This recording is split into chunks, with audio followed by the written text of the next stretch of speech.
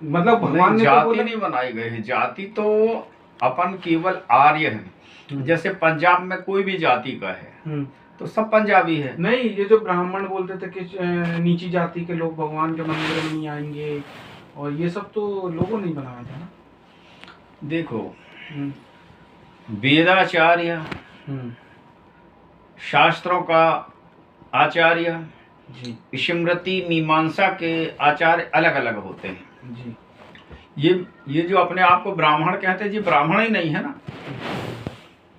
तो वर्ण बनाए गए हैं 4।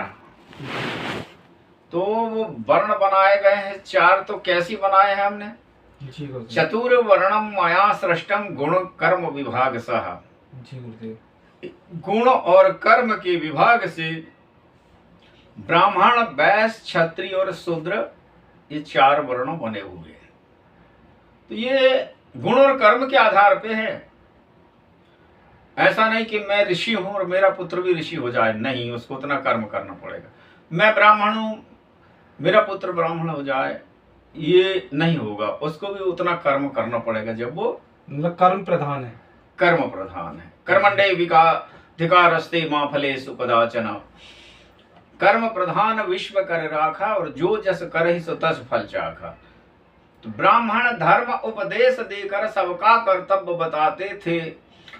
क्षत्रिय शासन की नीति समझ शासित का कर्म निभाते थे।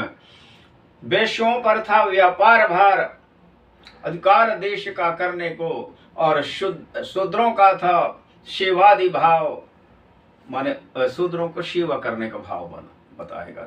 तो ये ब्राह्मण हो जब तो, वैश्य हो जब तो, और शूद्र हो जब तो, ये कुछ भी नहीं, ब्राह्मण शूद्र ब्राह्मण बने जा रहे हैं आज। जी।